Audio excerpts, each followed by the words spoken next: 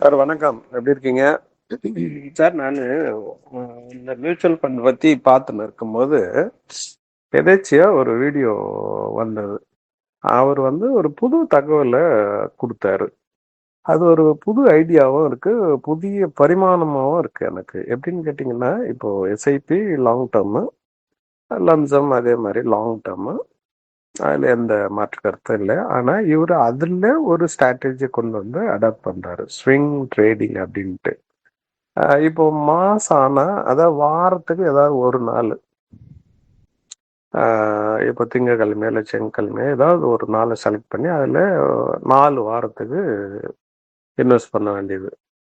At least ஒரு 5% கொஞ்சம் அதிகமாக எது நமக்கு ப்ராஃபிட் கொடுக்குதோ அதை ப்ராஃபிட் புக் பண்ணிட்டு நம்ம வெளியே வந்துட வேண்டியது. அதே மாதிரி இன்னொரு ஐடியாவும் சொல்றாரு அவர். அந்த மியூச்சுவல் ஃபண்டு இண்டெக்ஸ் ஃபண்டா இருக்கணும், பிளஸ் எக்ஸிட் லோடு இல்லாத ஃபண்டா இருக்கணும் அப்படின்ற ஒரு கிரிட்டீரியாவை முன்வைக்கிறாரு.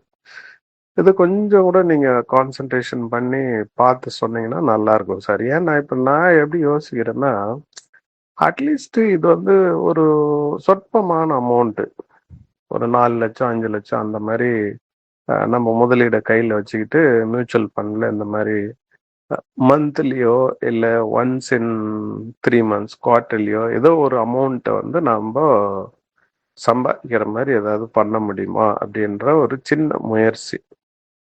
அதை கொஞ்சம் பார்த்துட்டு சொன்னீங்கன்னா நல்லா இருக்கும்னு நினைக்கிறேன் நான். அது சரியா இல்லை எப்படி நமக்கு எடுபடுமா அப்படின்ற, ஏன்னா நீங்கள் மியூச்சுவல் ஃபண்டு டிஸ்ட்ரிபியூட்டர் அந்த ஃபீல்டில் இருக்கிறதுனால இந்த ஸ்ட்ராட்டஜி பேஸில் உங்களுக்கு ஒரு ஐடியா, ஒரு நல்ல கால்குலேட்டிவ் ஐடியா உங்களுக்கு இருக்கும். அதனால கேட்குறேன் நான். சார் வணக்கம் சார். இது எனக்கு அந்த அளவுக்கு அதில் உடன்பாடு இல்லைங்க சார். என்னோட ஒப்பீனியன் இது என்னன்னா, இப்போ அதுலேயே நீங்கள் அந்த வீடியோவே நல்லா கவனிங்களேன். அதில் நீங்கள் எஸ்ஐபி பண்ணோம்னா நமக்கு நிறைய டைம் கிடைக்குங்க. அது இன்வெஸ்ட்மெண்ட் ஒரு போர்டம் ஜாப் மாதிரிங்க. இதில் நம்ம இதில் ஆக்டிவாக பண்ணுற மாதிரி தான் இருக்குங்க. ரிட்டர்ன்ஸுன்றது பார்த்தீங்கன்னா எக்ஸ்பெக்டேஷனில் அவரே அந்த வீடியோலேயே சொல்லும் போதே எக்ஸ்பிளைன் பண்ணும்போது சொல்கிறாரு, அந்த 12-13%. ஓகேங்களா? இப்போ நம்ம ஆக்டிவாக அந்த வேலை பண்ணுறதுனால நமக்கு ரிட்டர்ன்ஸில், அதாவது நீங்கள் ப்ராக்டிக்கலாக என்ன வரும்ன்றது அது வேறங்க. இது எல்லாமே தியரி தான். ஓகேங்களா? இவரே அதை ஆக்சுவலாக ப்ராக்டிக்கலாக பண்ணியிருப்பாரா, அதுக்கான ப்ரூஃப் கிடையாதுங்க. அதே மாதிரி நிறைய உங்களுக்கு சொல்கிறேன் நான், ஆஸ் அ இந்த ஃபீல்டில் இருக்கிறதுனால இது மாதிரி டேட்டாவை வச்சு ரிசர்ச் பண்ணுறதுக்குன்னே நிறைய ரிசர்ச் ஹவுஸ் இருக்குங்க. இப்போ நான்லாம் என்னோட வீடியோஸ்லலாம் நான் எடுத்து நம்ம டேட்டா வச்சு நம்ம பேசுகிறோம் பார்த்தீங்களா, அதில் அந்த சிஎஃப்ஏ சிஎஃப்பி அதெல்லாம் பண்ணுறவங்க, அதாவது இந்த இதில் ப்ரொஃபஷ்னலில் குவாலிஃபைடாக இருப்பாங்க பார்த்தீங்களா, அவங்களுக்குலாம் ஜாப் இருக்குங்க. ரிசர்ச் அனலிஸ்ட், ரிசர்ச் அந்த டேட்டா பெரிய டேட்டா ஹவுஸ்லலாம் புதுசாக டேட்டாவில் எப்படி ஏதாவது நான் உங்களுக்கு சொல்லுவோம் பாருங்கள், டெய்லி எஸ்ஐபி பண்ணலாமா, மந்த்லி எஸ்ஐபி பண்ணலாமா, வீக்லி எஸ்ஐபி பண்ணலாமா, ஒரு லாங் டேர்மில் பார்த்தீங்கன்னா எந்த டேட்டு சூஸ் பண்ணுறது அப்படின்றதுக்கெலாம் டேட்டா சொல்லுவாங்க பாருங்கள். அது உங்களுக்கு பெருசாக டிஃப்ரென்ஸ் இருக்காது. அதே மாதிரி மார்க்கெட் ஹையில் வாங்கணுமா, மார்க்கெட் லோவில் வாங்கணுமா, ஒரு சிலர்லாம் எஸ்எஸ்ஐபின்ற மாதிரிலாம் கான்செப்ட் கூட யூடியூப்பில், எனக்கு தெரியல நீங்கள் சொன்னீங்களா வேறு யாரோ ஒருத்தர் மூலியமாக தான் எனக்கு கேள்விப்பட்டேன் நான்.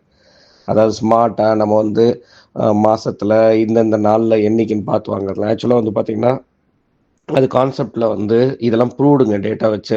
ஒரு லாங் டேர்மில் ஒரு 30 வருஷம் ஹிஸ்ட்ரியில் ஒரு சென்செக்ஸ் நிஃப்டியாக இருக்கட்டும், இல்லை large cap, mid cap, small கேப்ன்ற மாதிரி எல்லா கேட்டகரி அந்த ஒவ்வொரு இதுலேயுமே உங்களுக்கு நீங்கள் ஹைலியே வாங்கியிருந்து ஒரு லாங் டேர்மில் 10-15 வருஷம் நீங்கள் இன்வெஸ்ட்மெண்ட் பண்ணும் போது அதை பார்த்து நம்ம இன்வெஸ்ட்மெண்ட் பண்ண, இப்போ எப்படின்னா நம்ம நம்மளே நம்மளை ஒரு கடவுளாக அசியூம் பண்ணிக்கோங்க. நமக்கு அந்த பெஸ்ட் டேட்டு தெரியுது. ஓகேங்களா சார்? அந்த பெஸ்ட் டேட்டை பார்த்தே நம்ம ஒவ்வொரு மந்த்லியும் பண்ணோம்னாவே ரிட்டர்ன்ஸ் ஆக்சுவலாக உங்களுக்கு பெரிய டிஃப்ரென்ஸ் கிடையாதுங்க. அதுதான் டேட்டா. அதாவது உங்களுக்கு மேபி ஷார்ட் டைமில் 1 மந்த், 6 மந்த்ஸ், இல்லை 1 இயர், 1.5 இயரில் உங்களுக்கு தெரியலாம். ஆனால் ஒரு 5 இயர்ஸ் 7 இயர்ஸ் பீரியடில் உங்களுக்கு அதில் டிஃப்ரென்ஸ் இல்லைன்றது ப்ரூவ்டுங்க. அதே மாதிரி நம்ம ஆக்சுவலாக கடவுள் கிடையாதுங்க, நமக்கு தெரியாது இல்லைங்களா. ஏன்னா நம்ம டேட்டாவில் எப்படி பார்க்குறோன்னா, பாஸ்ட் 30 வருஷத்துக்கான டேட்டா ஆல்ரெடி நம்மக்கிட்ட வேல்யூவில் இருக்குதுங்க. இன்னைக்கு தான் கோவிட்ல வந்து ஸ்டார்ட் ஆச்சு, அஃபெக்ட் ஆச்சு. இப்போ ட்ரம்ப் டேரிஃபோட ப்ராப்ளம் அந்த செப்டம்பருக்கு அப்புறம் லாஸ்ட் இயர்ல ஸ்டார்ட் ஆச்சு. இல்ல வந்து அந்த 2008 கிரைசிஸ் இப்படி ஆச்சு. இல்ல வந்து பபுள் .com பபுள் வந்து அந்த இயர்லன்ற மாதிரி நமக்கு முன்னாடியே தெரியுங்க. ஆனா ஒரு ஆக்சுவலா ஃபியூச்சருக்கு சொல்றேன் நான்.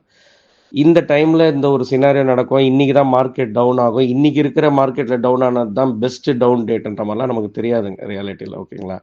அப்போ பெஸ்ட் டேட் சூஸ் பண்ணும்போதே நமக்கு ரிட்டர்ன்ஸ் இல்லைன்னா நம்ம வந்து அசம்ஷன்ல இன்னைக்கு குறைஞ்சா இன்னைக்கு கொஞ்சம் வாங்கிடுவோம், நாளைக்கு குறைஞ்சா இன்னும் கொஞ்சம் வாங்கிடுவோன்றது பதில் ஒரு எஸ்ஐபி டேட்ல வந்து நீங்க எஸ்ஐபி பண்றீங்களோ அடிஷ்னலா பர்ச்சேஸ் மாதிரி பண்றீங்களோ மாசத்துல நான் இவ்வளவு சம்பளம்ப்பா எனக்கு 1,00,000 ரூபாய் சம்பளம் அதுல 20% மினிமம் நம்ம சேமிக்கிறோம். அப்ப 20,000 ரூபாவது மினிமம் சேமிக்கணுங்க. அந்த 20,000 ரூபா கூட சேமிக்க முடியலன்னா அப்ப நம்ம வந்து ஏதோ தப்பு பண்றோன்றது தான் கான்செப்ட்டுங்க. நீங்க 20,000 ரூபா சேமிக்கிற இடத்துல 30,000 ரூபா 40,000 ரூபா சேமிக்கிறீங்கன்னா வெல் அண்ட் குட். ஓகேங்களா சார்? அவ்வளவுதான். அதை நீங்க எஸ்ஐபியாவும் பண்ணலாம். இல்ல நம்ம வந்து மாசமானா நான் பார்த்து எந்த டேட்ல எனக்கு வந்து சேலரி கிரெடிட் ஆகுதோ எல்லாம் செலவு போக இந்த மீதி இந்த இந்த பணத்தை நான் இதுக்காக நான் இன்வெஸ்ட்மெண்ட்டுக்குன்னு வச்சிருக்கிற மாதிரி நம்ம டிசிப்ளினா சொல்றேன். அது பண்றதுதாங்க. அவ்வளவுதாங்க. அதுக்கப்புறம் நம்ம வந்து மீதி எல்லாம் நம்ம அந்த ஃபண்ட் மேனேஜர் அந்த ஃபண்ட் பெர்ஃபார்மன்ஸ் ஆக்சுவலாக பார்த்துருவோம். நம்ம வந்து ஒரு 3 வருஷத்துக்கு 4 வருஷத்துக்கு ஒரு தடவை ஏன்னா நம்ம ஃபண்டை நம்ம செலக்ட் பண்ணும் போதே அதெல்லாம் பார்த்துட்டு தான் நம்ம செலக்ட் பண்ணுவோம் இல்லைங்களா? அப்போ 3 வருஷத்துக்கு ஒரு தடவை அந்த ஃபண்டு கரெக்டாக பெஞ்ச் மார்க் எல்லாம் பீட் பண்ணுது. அப்படியே ஒரு வேளை பீட் பண்ணலைன்னா கூட அந்த லாஸ்ட் 2-3 குவார்டைல் ரேங்கிங்ஸில் பார்த்தோம்னா அவங்க ஒரு இம்ப்ரூவ்மெண்ட் கொடுக்குறாங்கன்னா நம்ம டைம் கொடுக்கணும் இல்லைங்களா? அப்போ 4வது வருஷம் கூட டைம் கொடுக்கலாம். ஒரு ஃபண்ட் மேனேஜரை பற்றி ஏதோ தப்பான நியூஸ் வந்திருக்குது.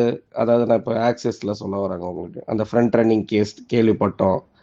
அந்த ஃபண்ட் ஹவுஸ் மேலேயே ஏதோ ஒரு நமக்கு வந்து செபியிலேருந்து ஏதோ ஒரு இது கேள்விப்படுறோம் அப்படின்னும் போது மீடியா ஃபுல்லாக பேசுவாங்க பாருங்க. அப்போ தான் அந்த ஃபண்ட் ஹவுஸை விட்டு ஃபண்டை விட்டு மாறுறது அப்படின்றத டிசிஷன் எடுக்கணுங்க. ஆனால் இந்த ஸ்விங்குன்றதெல்லாம் வந்து இப்போ மியூச்சுவல் ஃபண்ட்ஸில் வந்து எந்த ஒரு ரிசர்ச் ஹவுஸும் டேட்டாவில் வந்து இது வரைக்கும் இத்தனை வருஷத்தில் எதுவுமே இல்லைங்க. அப்படி ஒரு பாசிபிலிட்டி இந்த மாதிரி ஒரு சான்ஸ் இருக்குதுன்னா இது எல்லாமே பப்ளிஷ் பண்ணியிருப்பாங்க. ஓகேங்களா சார்? இது ரியாலிட்டியில் வந்து உங்களுக்கு ஃபர்ஸ்ட் ஆஃப் ஆல் அவர் சொன்ன அந்த கான்செப்ட்லேயே வந்து எந்த ஒரு பெரிய டிஃப்ரென்ஸும் வரலைங்க. அப்போ என்னன்னா இந்த நம்ம எஃபர்ட் கொடுக்கறதுனால நம்ம என்ன அச்சீவ் பண்ணுறோம்? ஓகேங்களா? அது ஒரு கொஸ்டின் இருக்குங்க. எனக்கு இதில் உடன்பாடு இல்லைங்க. அதாவது நம்ம வந்து மோஸ்ட்லி இன்வெஸ்ட்மெண்ட்டை வந்து அது ஆல்ரெடி வந்து வெல் ப்ராக்டிஸ்டுங்க. அப்படி பார்த்தீங்கன்னா சிஸ்டமேட்டிக் இன்வெஸ்ட்மெண்ட்டு இல்லை நம்மக்கிட்ட லம்சமாக இருந்ததுன்னா லம்சமை வந்து ஸ்டாகர் பண்ணி போடுறதுங்க.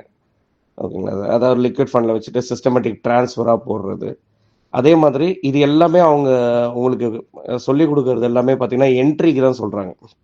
ஒரு மார்க்கெட்டை வந்து நம்ம டைம் பண்ணி அதை எப்படி நம்ம வந்து இன்வெஸ்ட்மெண்ட் பண்ணணும் என்ட்ரி பண்ணுறது தான் சொல்கிறாங்க. ஓகேங்களா? அதை விட முக்கியமானது என்னென்னா நமக்கு எப்போ அந்த பணம் தேவைங்க. அதாவது குழந்தைங்களோட படிப்புக்கோ இல்லை வந்து அவங்க காலேஜ் போகும்போதுங்களோ இல்லை நமக்கு வந்து ரிட்டையர்மெண்ட்டுக்கான பணமோ அப்படின்ற போது எக்ஸிட் தான் நம்ம கரெக்டாக பிளான் பண்ணணுன்றேன் நான். அதாவது நமக்கு வந்து ஒரு 10 வருஷத்தில் ஒரு ரிக்குவயர்மெண்ட் இருக்குதுன்னா அதை நான் கரெக்டாக நம்ம எக்ஸாக்டாக 10 வருஷத்துக்கு வைக்காம நீங்கள் வந்து 7லேருந்து 12 வருஷத்தில் பிளான் பண்ணுற மாதிரி இருக்கணுங்க. அப்போ நம்ம எக்ஸிட் கரெக்டாக பண்ண முடியுங்க. ஏன்னா எக்ஸாக்டாக 10வது வருஷம் வந்து தப்பாகவும் நடக்கிறதுக்கு அதாவது அன்சர்டனிட்டி ஆகிறதுக்கான வாய்ப்புகள் இருக்குது இல்லைங்களா? அப்போ 8வது வருஷம் 9வது வருஷம் இல்லை 10வது வருஷம் சரியில்லைன்னா நமக்கு டைம் இருந்தால் சொல்ல வரேன் 11வது வருஷம் 12வது வருஷம் அப்படின்ற மாதிரி நம்ம வச்சுக்கிட்டோம்னா அதுக்கு பிளான் பண்ணணுன்றேன் எக்ஸிட்டுக்கு. ஸோ இந்த மாதிரி நம்ம பிளான் பண்ணிட்டு த்ரூ மியூச்சுவல் ஃபண்ட்ஸ் ரூட்டில் வந்து நம்ம எக்ஸிக்யூட் பண்ணும்போது அதாவது நம்ம ஸ்ட்ராட்டஜி எல்லாமே சிம்பிளாக வச்சுக்கிட்டோம்னா நம்ம என்னென்ன தேவைகளோ அந்த ஃபினான்ஷியல் ரிக்வயர்மெண்ட்ஸ் எல்லாமே நம்மளால் அச்சீவ் பண்ண முடியும் சார்.